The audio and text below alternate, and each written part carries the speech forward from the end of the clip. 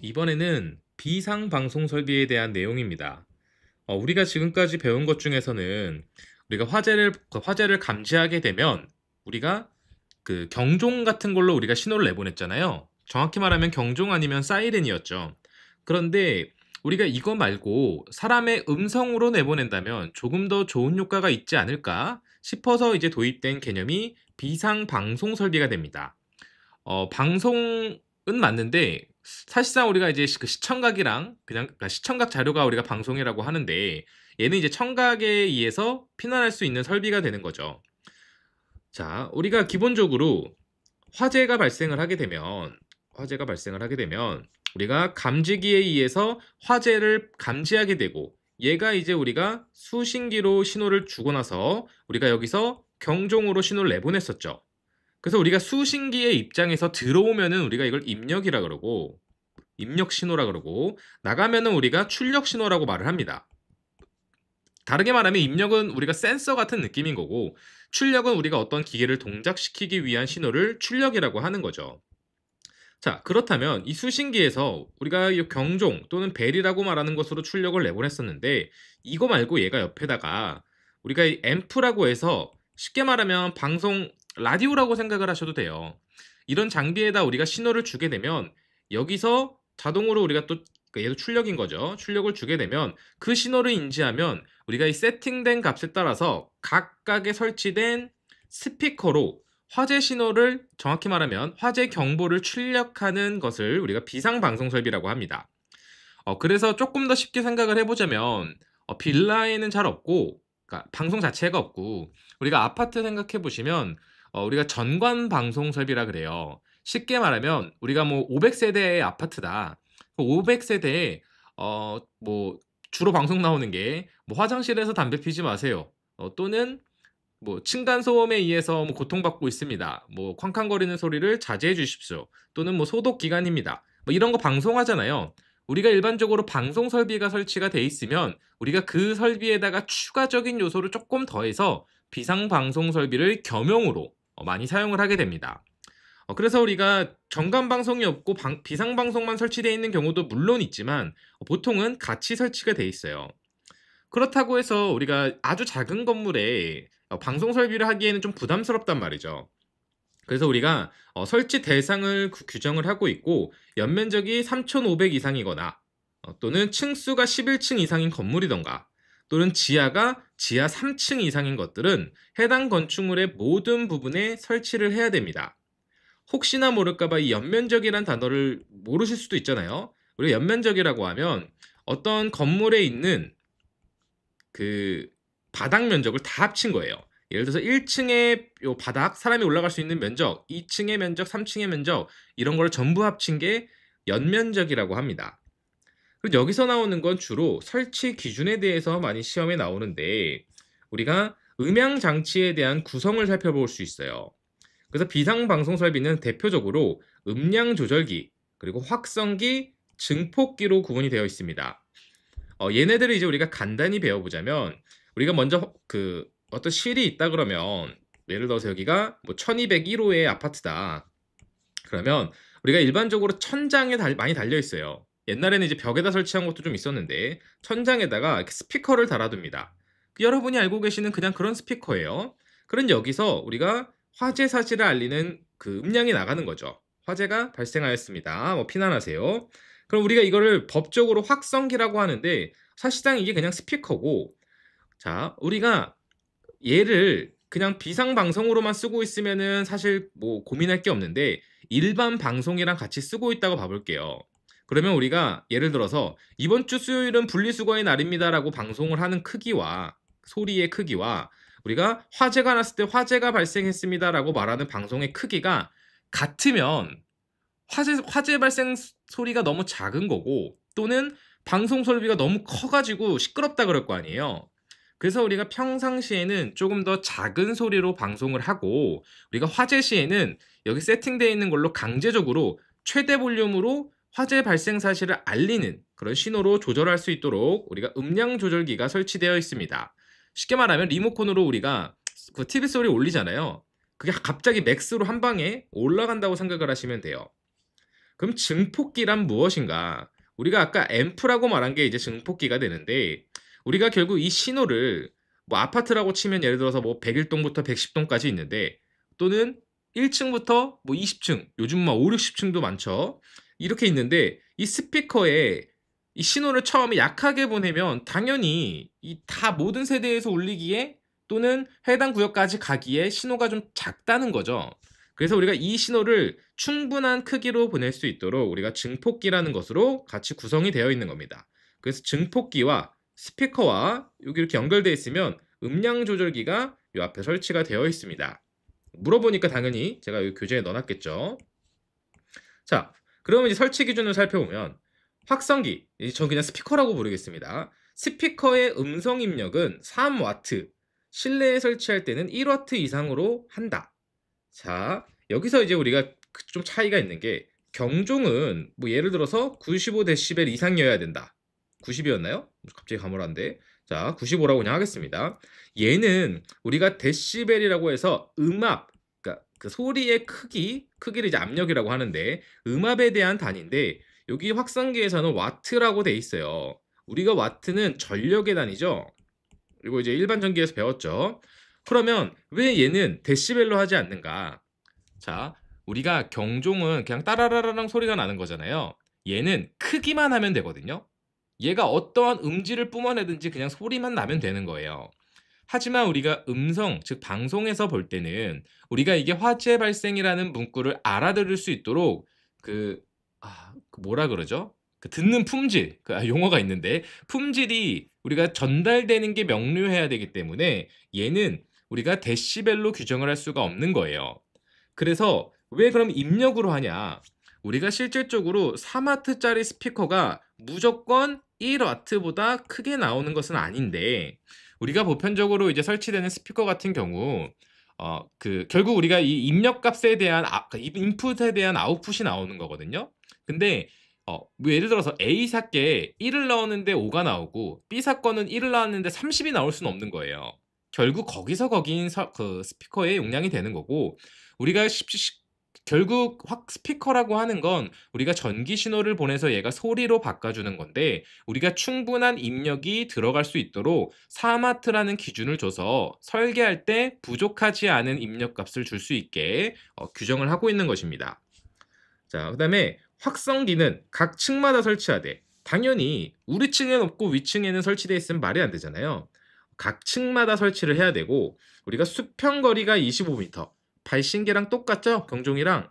그래서 우리가 25m로 마다 그 설치가 돼야 됩니다. 25m마다라는 게 스피커마다가 아니고 스피커가 이렇게 있으면 우리가 이렇게 25m 원을 그려서 이쪽으로도 25m겠죠. 모든 소방 대상물의 면적을 포용할 수 있도록 배치를 해야 된다는 겁니다. 그 다음에 음량 조정기를 설치하는 경우 음량 조정기의 배선은 3선식으로 할 것. 이 3선식으로 하라는 말이 무슨 말이냐면 쉽게 말하면 우리가 음량 조절기가 결국 일반 방송을 할 때 소리를 조절하는 거거든요. 근데 쉽게 말하면 이 선이 하나 있고 우리가 결국 전기 신호가 그냥 이렇게 그냥 스피커를 그리겠습니다. 이렇게.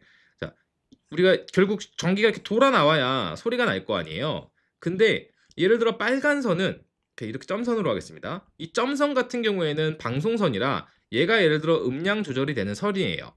그러면 우리가 평상시에 예를 들어서 얘를 뭐 소리 단위 10이다. 10만큼의 소리로 나가게 세팅을 해놨으면 화재 시에는 예를 들어 30을 나가야 된단 말이죠. 그러면 이렇게 이 선을 이용해서 소리를 다시 키우는 게 아니고 얘는 그냥 우리가 다른 이런 선을 하나 더 뽑아놓고 얘 비상방송 시에는 전류가 이렇게 흐르도록 해놓는 겁니다. 그러면 애초에 이 굵은 선은 처음부터 소리를 30으로만 나가게 세팅을 해놔서 화재 시에는 이쪽으로 일반 시에는 이렇게 이제 동작을 하도록 우리가 배선이 3개로 공사를 하라는 게 3선식으로 하라는 말입니다. 선이 3가닥이어야 된다. 자, 그리고 조작부의 조작 스위치는 당연히 바닥으로부터 0.8m 이상, 1.5m 이하의 높이에 설치하여야 될 거고요. 이건 이제 슬슬 지겹죠? 네. 그리고 기동 장치에 따른 화재 신호를 수신한 다음에 필요한 음력으로 화재 발생 및 피난에 유효한 방송이 자동으로 개시될 때까지 소요 시간은 10초 이내라고 합니다. 즉 우리가 예를 들어 수신기에서 앰프로 아까 증폭기로 화재 신호가 왔을 때 0.1초 만에 스피커에서 소리가 나오기는 어렵거든요. 특히 건물이 커질수록. 그래서 우리가 이게 자동으로 그 세팅이 넘어가고 그 전환이 되는 거죠. 우리가 이 방송이 나올 때까지 시간이 좀 걸릴 수 있는데 아무리 걸리더라도 10초 이내로 방송이 되도록 규정을 하라는 내용입니다. 불 났는데 5분 있다 경보가 울리면 안 되잖아요. 그런 내용이고, 그 다음에 이제 우선 경보 방식이라는 게 있어요. 이게 이제 필기에도 굉장히 많이 나오고 실기에도 굉장히 많이 나오는 겁니다. 자, 일단 우선 경보 방식을 적용해야 되는 대상은 층수가 11층 이상인 특정 소방 대상물에 적용을 하게 되어 있고, 우리가 그 중에서 만약 이것의 용도가, 이 특정 대상물의 용도가 공동주택인 경우에는 16층 이상일 때 적용을 하도록 되어 있습니다. 그러면 우리가 우선 경보 방식이 뭔지 알아야 되는데, 우리는 우선 경보 방식이라는 게 있고, 또는 이제 직상층 우선 경보 방식이라고도 합니다. 우선 경보 방식. 또 쉽게 말하면 일제 경보 방식이 있어요. 또는 전층 경보 방식이라고 합니다. 자, 어떻게 구분이 되냐면 일제 경보 방식은 우리가 해당하는 그 건축물, 특정 소방 대상물이 전체가 동시에 경보를 울리는 걸 일제히 경보된다고 해서 일제 경보 방식이라고 부르고 있습니다. 그래서 생각을 해보시면 일제 경보 방식의 장점과 단점을 생각해 볼 수 있는데, 당연히 화재가 났으니까 그 건물에 있는 사람들은 모두 피난을 해야 될 거예요. 그래서 경보가 전체에 나가고 일괄적으로 우리가 계단을 통해서 피난을 할 수 있을 겁니다. 그러면 우선 경보 방식이라는 건 왜 있나 생각을 해보면, 기본적으로 우리가 11층 이상이거나 또는 공동주택에서 16층 이상일 때 적용을 한다고 돼 있어요. 우리가 이제 기본적으로 알아야 될 사항이 있는데, 우리가 예를 들어서 어떤 건물에서 단면도입니다. 불이 이렇게 났어요. 그러면 사람이 이렇게 서 있다 봤을 때 이 불은 기본적으로 우리가 부력에 의해서 불과 연기는 다 상부로 상승하기 때문에 화재는 위로 번지려고 합니다. 그런데 우리는 다 콘크리트 건물이어서 위가 막혀 있죠. 그러면 얘가 옆으로 움직여요. 그래서 이제 옆으로 이제 불이 번지다 보면 우리가 계단, 즉 우리가 피난을 해야 되는 곳으로 통해서 위로 가게 될 겁니다. 요건 이해되시죠? 예를 들어 내가 1층에 있는데 5층에서 불 난 거 걱정 안 되잖아요. 하지만 5층에서 불 났는데 내가 10층에 있으면 걱정되죠. 자, 요런 상황을 봤을 때 우리가 건물에 만약에 규모가 커진다면, 좀 큰 건물을 생각해 보세요. 그러면 그 안에 있는 사람들이 모두 일괄적으로, 일률적으로 계단을 통해서 피난을 한다고 해보겠습니다. 그러면 약간 내가 가장 먼저 피난해야 되는 사람은 화재랑 가까이 있는 사람 또는 화재층에 있는 사람이 먼저 피난을 해야 되는데, 우리가 생각을 해보세요. 전층 사람들이 우르르르 나오다 보면, 예를 들어서 내가 코엑스 3층에 있었는데, 자꾸 코엑스를 말하는데 코엑스에서 화재가 났다는 건 아닙니다. 자, 이 코엑스가 그냥 10층이라고 보겠습니다. 거기 있는 사람들이 모두 나가는데 내가 10층에 있다가 5층이라 했나요? 그냥 3층이라고 하겠습니다. 3층에 있다가 계단을 나가려고 했더니 계단에 위에 층 사람들이 우르르 내려오고 있다면 내가 계단으로 피난을 못할 수도 있잖아요. 지금 가장 위험한 건 내가 있는 층에서 불이 났는데, 그럼 불이 난 층 사람들이 먼저 피난을 해야 된다는 거죠. 그래서 우리가 경보를 전체적으로 내보내는 게 아니고 먼저 피난해야 되는 사람부터, 그 해당 층부터 경보를 내보내는 방법을 우리가 우선적으로 경보를 한다. 위험한 사람부터 라고 해서 우선 경보 방식이라고 하는 것입니다. 그래서 우리가 보면 우선 경보 방식은 그럼 어떻게 할 거냐. 기본적으로 직상 4개 층을 기준으로 해요. 그래, 예를 들어서 내가 2층에서 화재가 났다면 당연히 2층은 경보가 나가는 거고, 플러스 바로 위에 4개 층, 3, 4, 5, 6이니까 3에서 6층까지가 경보가 먼저 나가는 층입니다. 그러면 예를 들어서 처음에 화재가 딱 나면 2에서 6층이 총 먼저 경보가 나갈 거예요. 예를 들어 10층 건물에서 그럼 7에서 10층은 어떻게 하나요? 경보가 안 나갑니다. 이것도 좀 문제가 있어요. 지금 좀 개정이 돼야 되는 상황인데, 일단 그렇습니다. 안 나가요. 계속 끝까지. 왜냐면 우리가 이 직상 4개층이 먼저 나가는 이유는 꼭 사실 4개층이어야 될 이유도 없는데, 일단 지금 그렇게 적용하니까 우리가 2층에서 화재가 났을 때 가장 위험한 건 2층, 그리고 바로 위층인 3층, 4층이 얘네들이 화재가 빠르게 확산될 수 있는 다음 층들이기 때문에 우선적으로 피난하라고 그쪽부터 경보가 나가는 겁니다. 이해되셨죠? 그렇다면 우리가 1층에서 한번 봐볼게요. 1층에서 불이 났다면 당연히 1, 2, 3, 4, 5가 위험할 겁니다.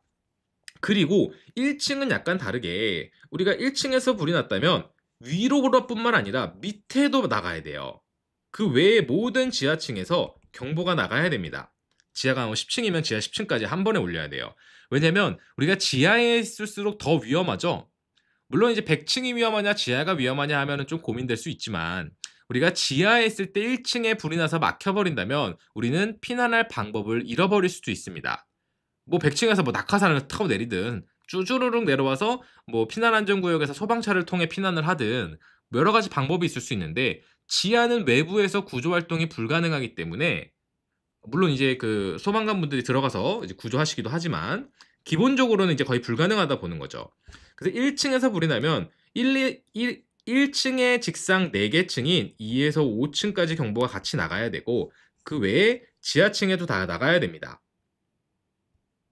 이해되시죠? 근데 만약에 내가 지하 3층에서 불이 났다고 한다면 우리가 지하 3층과 그 바로 위에 지하 2층이 아니고 나머지 지하층이 다 경보가 나가야 돼요. 근데 왜 문구를 보면 지하층에서 발화한 때는 발화층이랑 그 직상층 및 기타의 지하층이라고 하냐면 우리가 만약에 지하 1층에서 불이 났다면 그 밑에 있는 지하층들은 당연히 경보가 다 나가야 되거든요. 왜냐면 기타 지하층의 경보가 나가니까. 하지만 지하에 있는 사람들이 빠르게 피난하려면 1층에 있는 사람들이 빨리 나가줘야 돼요. 당연하잖아요. 1층이 이제 사람이 많으면 피난이 오래 걸리니까. 그래서 바로 직상층 외에 그 기타의 지하층에 모두 경보하도록 되어 있는 겁니다. 만약에 이 건물이 지하 5층까지 있고 지상 10층까지 있다고 봐볼게요. 10층까지. 그러면 지하 3층에서 불이 나면 어차피 지하 5층부터 지하 1층까지는 다 나가야 됩니다. 기타의 지하층에 해당되기 때문에. 그리고 그 직상층인 지하 2층은 어차피 기타의 지하층에 포함되어 있기 때문에 마찬가지로 경보가 나가겠죠. 하지만 지하 1층에서 불이 난다면 우리가 그 직상층인 1층과 나머지 지하층인 지하 5층까지 전부 경보가 나가야 된다는 겁니다. 이해되시겠죠? 자, 그 다음에 이제 성능이 있는데 항상 우리 전격 전압이라고 나오면 80%라 그랬죠? 모든 게 80%입니다. 자, 그 다음에 우리가 자동화재 탐지 설비에서 작동과 연동해서 우리가 작동할 수 있어야 됩니다. 결국 우리가 수동으로 방송 설비를 동작시킬 수도 있지만 그게 아니고 화재 신호가 수신기로 들어오면 수신기에서 알아서 앰프로 신호를 보내서 앰프에서 스피커를 통해 방송을 나갈 수 있도록 우리가 세팅을 해놔야 된다는 뜻이죠. 자, 그 다음에 이제 기타 기준을 봐보겠습니다. 이제 절연저항이 뭔지는 아시죠? 여기 이제 그 방송 설비와 관련된 회로와 땅과의 상호 절연 저항은 우리가 경계구역마다 250V, DC 250V죠. 시험이 많이 나옵니다. 뭘 가지고 절연저항을 재는 거니까 절연저항 측정기를 사용해서 우리가 0.1 메가옴 이상이 되도록 하여야 합니다.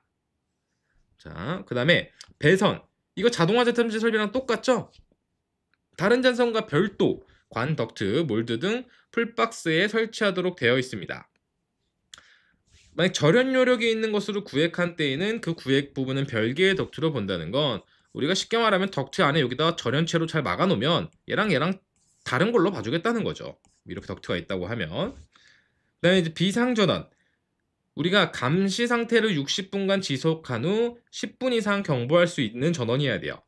얘도 결국 우리가 화재 상태인 거를 신호를 받기 위해서 우리가 얘도 결국 스탠바이를 60분을 하고 있어야 되고 경보는 10분 이상 할 수 있어야 한다는 거죠. 그래서 우리가 동작 순서를 보면 이 기동장치가 사람이 손으로 눌렀을 수도 있고 보통은 이제 감지기죠. 감지기가 동작을 하면 그 신호를 수신기로 주게 되고 수신기가 앰프를 통해서 우리가 스피커로 나가게 되는 겁니다. 그럼 왜 조작부는 왜 껴있냐? 당연히 앰프는 증폭기일 뿐이지 이게 우리가 방금 말씀드렸듯이 예를 들어 우선 경보가 나가려면 어디 신호가 들어왔는지에 따라서 조작해가지고 해당하는 층에 나가야 될 거 아니에요. 그래서 조작부가 있는 거고 우리가 요 지금 동작 순서는 자동화재 탐지 설비랑 연동한 경우 근데 생각해보면 우리가 자동화재 탐지 설비 등에 의해서 애초에 나가게 돼 있기 때문에 여기가 아니고 그 문구가 명확하게 없군요. 여기 있구나. 자동화재 탐지 설비의 작동과 연동하여 작동할 수 있어야 되기 때문에 어차피 다 동작 순서는 이렇게 된다는 거죠. 자, 문제를 한번 풀어보겠습니다. 비상방송 설비의 화재 안전 기준에 따라서 비상방송 설비가 기동장치에 따른 블라블라블라 하고 나서 경보가 나갈 때까지의 소요 시간은 10초였죠? 우리가 10초 이내에 경보가 나가야 됩니다. 그래서 우리가 층수가 11층 이상인 건축물로서 공동주택 아니래요. 공동주택은 16층부터니까. 우리가 2층에서 발화했으면 2층에다가 플러스 그 위에 4개 층에 나가야 되는 거였죠? 근데 여기 지금 층수가 아니고 문구로 돼 있으니까 2층이 불이 난 층이 될 거고 그 직상 4개 층의 경보를 발해야 되니까 정답은 2번이 되겠습니다. 자, 그다음 비상방송 설비의 음향장치에 대한 내용으로 맞는 것은 우리가 확성기는 각 층마다 설치하되 그 층의 각 부분으로부터 하나의 확성기까지 수평거리가 25m라고 말씀드렸죠. 그래서 정답은 4번이 되겠습니다.